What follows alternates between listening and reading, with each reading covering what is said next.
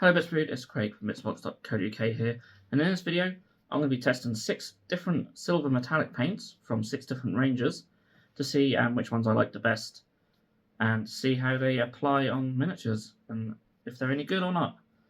So, quick disclaimer is that they're not all exactly the same shade of silver, some are a bit lighter than others, they're just ones that I have on hand, and I thought, yeah, why not try them? So we're going to use them on some Plague Marines in this video. And it does run a bit long because it's just completely unedited and me rambling on about the different paints. So I do apologise for that, and let's just get straight into it. Okay, so this is the one that we probably all know and love, Leadbelcher from Citadel. So I can't say I'm a huge fan of GW Metallics, but they do make 2 or 3 that are actually really good, and Leadbelcher is one of them. Don't get me wrong, most of them are okay. The pots do let them down, of course. I think maybe it's the ones I use very often that are the ones that are alright, because they don't get much of a chance to dry up. I'm sure there's some that I haven't used for a couple of years that are probably just not usable now. But right out of the bat, because it's in their base range, base paints are designed to go on really nicely, so especially over a lighter colour like this, they will just cover with one coat quite easily, and of course you can thin them down and do a couple of thin coats, which is advisable, but for purposes of this demonstration I'm just going to do everything just one coat straight out the pot, or two coats if needed, but everything's going to be straight out the pot just to show the coverage so we can compare them. And I do apologise, just painting on camera is so awkward. Even when I got the camera moved sort of above for this video.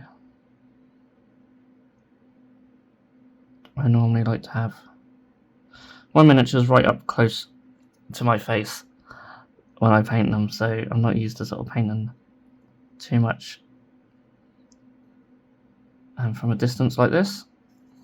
You can see it goes on really nicely. We've got a nice coverage there. There's some little bits around the edges that I need to do. As for the actual colour scheme here, it might look a bit strange at the moment with the random orange lines and stuff. There's a video on my old channel of how I paint this colour scheme, and I might do an updated version on this channel because these have been painted using the 2 thin coats range, and on the old channel they were painted using Badger Minotaur paints, which are a range of paints that I don't really use very often these days.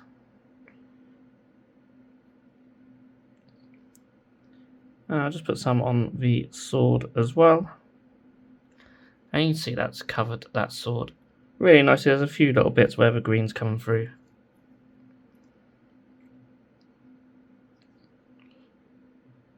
But apart from that, yeah, it looks really nice. Later on in the video I'll show what they all look like with a wash over them as well. But as it is, there's a lot of trim that I need to paint on all of these guys. So yeah, be a lot of painting silver in my future. So let's move on to another one. Okay, so now I've got some Surcoats Silver from the 2 thin coats range by Duncan Rhodes. I've had to give it a good old shake when I went to put it on the palette. Even after shaking it for a bit, we've got this very watery, yeah, you can see all around the top there. This isn't really, oh, you can see that, there we go. This isn't really an accurate portrayal of the 2 thin coats range. None of my other ones are like this, so I don't really know what's happened there. Some of them do get painted up along the top though, but not like that. So hopefully I've shook it enough. I'm going to put this on the shoulder pad. What I will say is in this video, some silvers are lighter than others. I don't have enough all of the same shade, but that doesn't matter. That won't matter at all. We're not really looking at that. That might affect the coverage a little bit on some of them, so we will take that into account. But one thing that I love about the Too Thin Coats range, and rather ironically, is that they do cover really well with just one coat. Again, we are, sorry, I keep getting out of shot. We are going on this lighter green colour.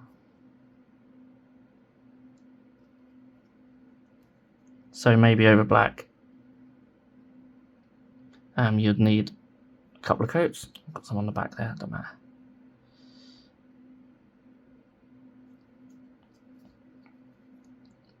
But yeah, I love the Too Thin Coats range. I do highly recommend them. Probably seen in a lot of my videos. Well, if you watch my videos, of course, that I use them. Some areas on here I've just left with the bare plastic. I didn't prime these miniatures, which is awful, I know. How do I paint a Naglin? Honestly, I don't know. I wanted to just try them without primer, so we can see some of these paints go over without primer. And to be fair, like, I don't know, I just, with these sort of coloured plastic ones, I'm doing the green anyway. I think I just got lazy. I just felt I'm doing green over green. It sticks quite well to the plastic without the primer. I'll just sort of go along with it rather than putting a primer on of black or grey or white and then going back to an almost identical green colour. I don't know, maybe I was just lazy. But honestly, the paint's been sticking quite fine.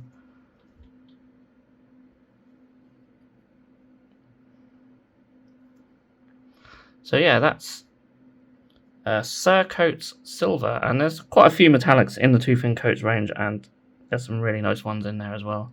Now I do apologise, this video is just showing boring old silvers, but yeah, again you can see there's just some areas where I'll need to go over again, but yeah, really nice, and we compare that to the lead belcher. I think the two colours are fairly similar as well. Another good thing about the Too Thin Coats range is it's colour matched quite nicely to GW, plus they have lots of extra colours that GW don't normally do. So yeah, if I ever use them in a video, then you can quite easily find GW equivalents, and you can easily Google a conversion chart for that. So let's move on to the next one. Alright, it's time to rock out now with some heavy metal. This is from Scale 75, their scale colour range. I picked up a lot of their metallics because I've heard a lot of good things about them, and yeah, they are really nice. So I've got some on the palette here. I have shook it quite a bit, but I think maybe it probably needs a little bit more. You can see it there. We'll try, but it might need some more. I don't know, it's going on okay. I've got quite a lot on my brush, mind you.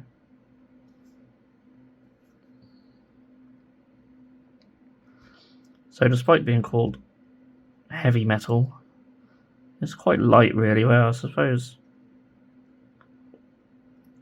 a colour called heavy metal I would assume would be sort of darker. It looks quite, well, I suppose it looks quite light there, to be fair.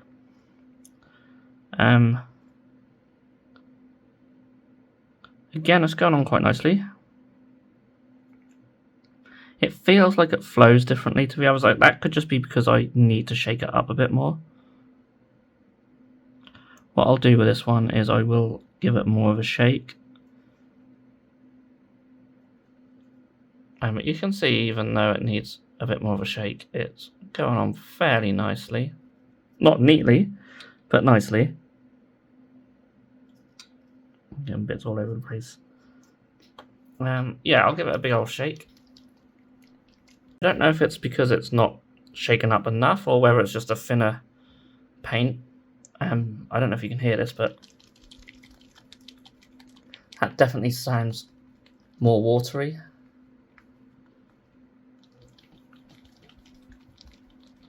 Where's I don't know, but yeah, it's definitely with the Too Thin Coats one, it feels thicker inside. So that's had a good shake now. And I apologise for the state of my palette. We'll just stick some on there. Yeah, already that's looking better.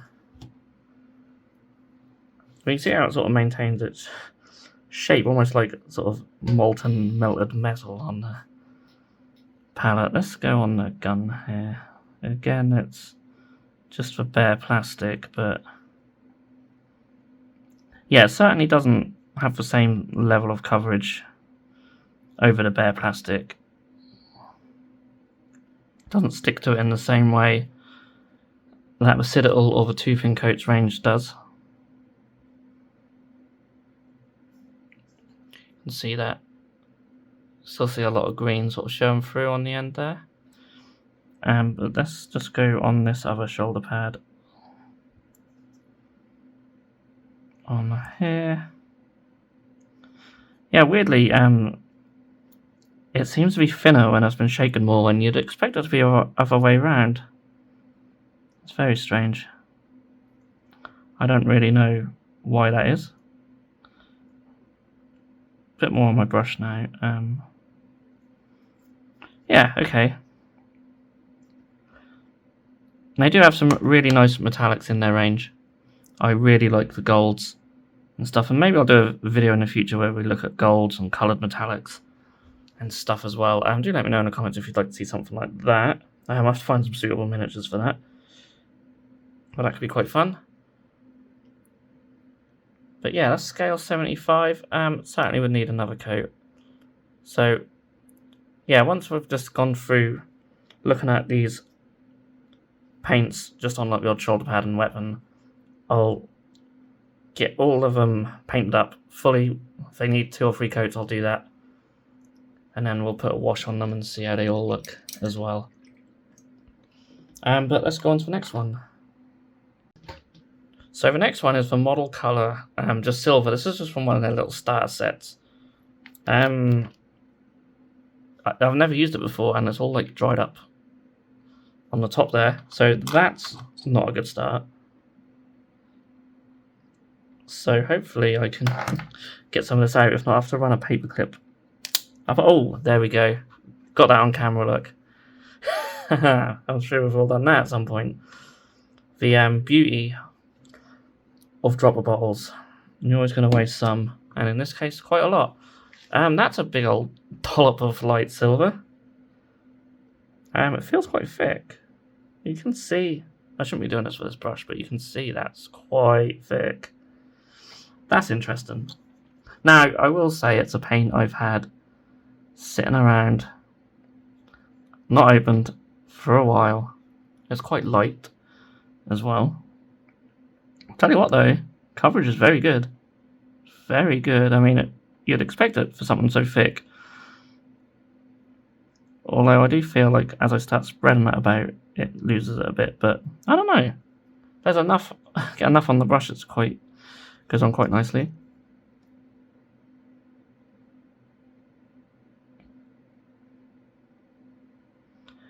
Yeah, I must admit, I don't really like using it because of how thick it is. But it's a good coverage. That's what you'd expect of something so thick. Give it a little spike on his head as well. It's too light for what I really need for this scheme. But I'm going to go along with it anyway. Everything's going to have like a big old Agrax wash on it after, so even if it's light, it's going to lose a lot of that shine. Yeah, I'm going to do these chainmail as well, because with a thick paint, the biggest fear is losing detail. So this chainmail would probably be a good place to really test that. We've got this knife as well.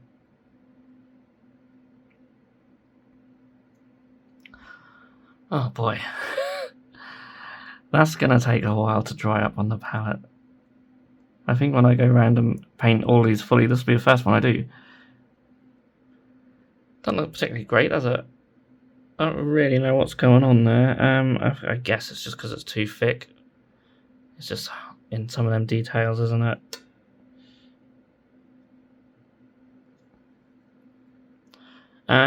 Yeah.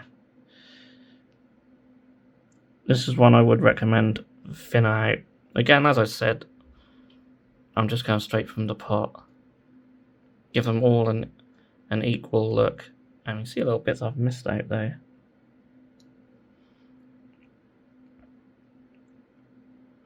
But you know, not too bad. It is really thick, so it's covering fairly decent, really. But yeah, I don't really like what's going on there. There's a lot of build up in them areas, but the true test will be when it all dries, of course. So yeah, that's the model color one. Yeah. This one I don't think I've used. I might have used it a little bit, but this is the Nostalgia Colors Miffil Silver from War Colors. So, you can probably guess they are based off old Citadel paints. And yeah, I had to pick some up because it's right from my era. But Miffil Silver is quite light. I don't know if they do a bolt gun metal, but that'd be the one I'd want to use here, but I don't have it. I don't think I do anyway. No, I only have a few of these paints. So we're going to go with Miffil Silver. And yeah, again, it's quite nice. This definitely flows nicer. What is going on there? I'll try to put it in that, dip it in the right one. Yeah, I mean, maybe it's because I used that thicker one just now, but the difference, just feeling it on the brush and flowing off the brush, and that just feels so much nicer. They're good paints. If you like the old bright colours, old hammer nostalgia, then I highly recommend picking up some War Colours. Really, they're so nice. Maybe I'll have to do a video dedicated on them one day and just paint something up in the old retro scheme. But yeah, again, coverage is pretty good. I probably will give it another coat. You can kind of see, yeah, you can see the green on there, can't you? Just poking through. So it definitely needs another coat. We've got these bits at the back. Again, these are more of a bare plastic type, rather than having paint on top of them. And you can see, I mean, this is what you could expect, really. This is what you should expect from when you don't prime pieces. But I will say with the Citadel stuff, with the greens and everything, it's just gone on really, really well. But yeah, obviously that'll need a couple of coats. But all in all, this is probably my favourite of the lighter silvers. Definitely better than the model colour one. I don't know if we're just being harsh on the model colour one because it's never been opened and it's sort of drying up a little bit inside and it exploded. That might not be normal for it to be like that. But yeah, that's the Miffil Silver. And then the last one we're going to look at is a little bit different. I just realised just how bad that shoulder pad is. It's like I haven't painted half of it. That's a little bit better, but yeah, definitely another coat needed on this one. Absolutely. Yeah, you can really see it there. So, this is something completely different. This is a metallic marker gunmetal. This was sent to us by Galheri, and they usually do stuff like airbrush, and they do a lot of airbrushes and stuff like that. They've been a good sponsor of us over the last sort of year or so. They've sent us a few airbrushes, and yeah, they were kind enough to send their metallic marker set. They're not sponsoring this video. They just kindly sent these over for free, but I will give an impartial review of them because I'm not, I'm not obliged to give it a good review or anything. Does that make sense? Like, they're not paying me to review them. So I'll be 100% honest with this. So I've never used this before. I've had to push it down several times on a piece of paper to get the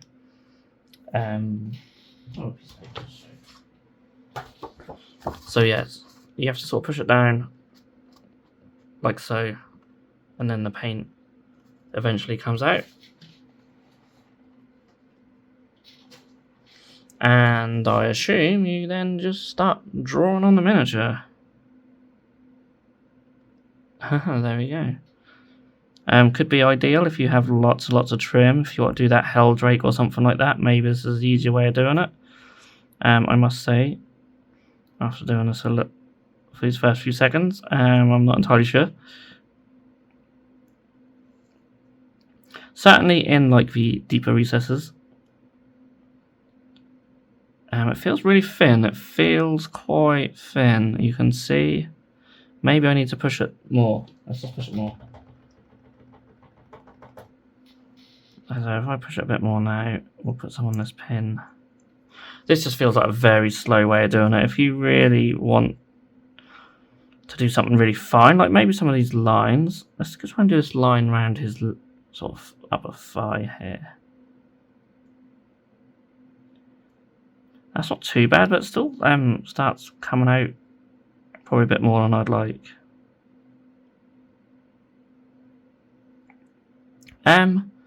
I will say I'm not really going to enjoy doing a whole miniature one, as I certainly would not do a whole army like this.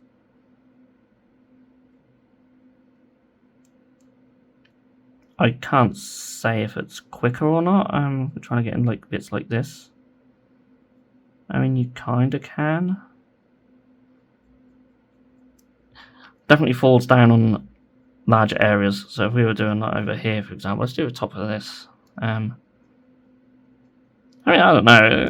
This covers alright, but I don't feel too comfortable doing painting it like that. It feels weird. I will say, like, it's fairly even coverage.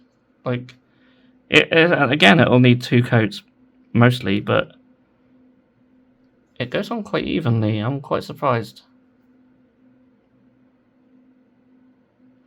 But yeah, very strange. I'll say I've never used a metallic marker before, ever. This is the first time I've ever used one. And the roughness of the miniature is really evident. Like, you don't get that with the softness of the brush. You just flow over all the little bumps and stuff like that. Whereas with this, you're really hitting them. And you really notice them. Yeah, it's not an experience I would enjoy over a brush. I would use a paint any day. I can see they've probably got some applications and they're probably useful for something. If you want to do some really fine detailing in metallic, that'd be quite cool. But yeah, certainly not a favourable method. Yeah, I can still find I'm quite neat with it, which is quite nice. But yeah, trying to get in little bits as well is a pain. And then you've got, yeah, you can just feel every little rivet when you go over them. Every little spike, every little skull. You can feel it all. I'll try and fill in as many gaps. I will say, it's not covering too bad actually. It's probably covering a little bit better than some of the others, but it is darker, so we do have to take that into account. This is one of the darker colours.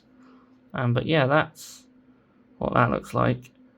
And it's going to be interesting trying to do extra coats because I've got to be really precise where it all goes. But you can see, like, just there's so many little bits where bristles would just sort of reach a lot easier than this stiff nib. So yeah, it's different,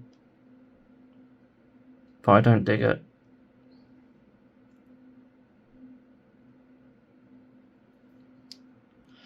So before I put a wash on everything, we'll have a quick look at them all. So this is the one with the lead belcher.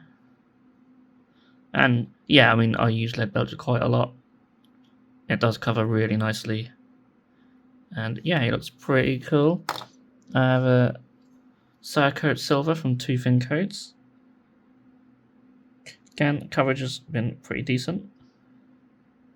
And still some odd little bits, but hopefully when we get a wash on, that won't matter too much. The scale colour heavy metal. I really have struggled covering with this one.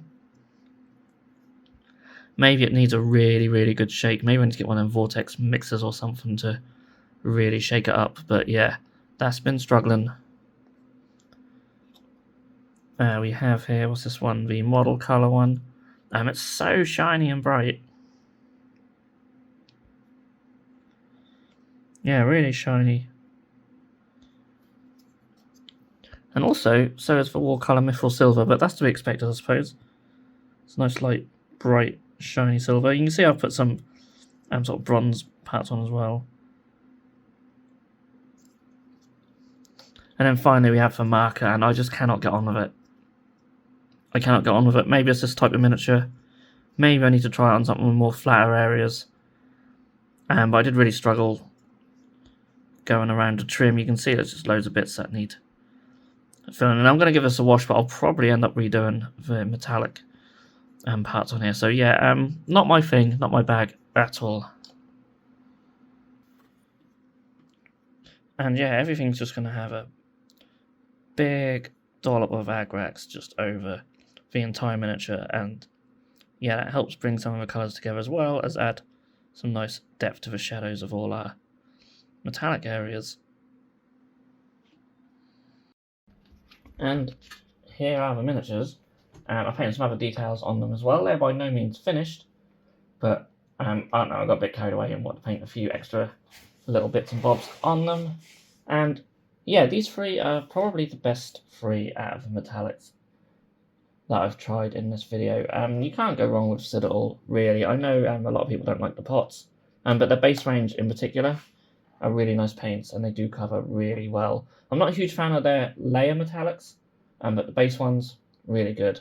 And the Tooth and Coats range, I'll just recommend to anyone if you haven't used them. They're just great paints all around. Sometimes they do clog up a little bit, but really nice. And Scale 75 do have a reputation for good metallics. And yeah, I did quite enjoy using this one. It's a bit lighter than I would have liked. But yeah, pretty good paint as well.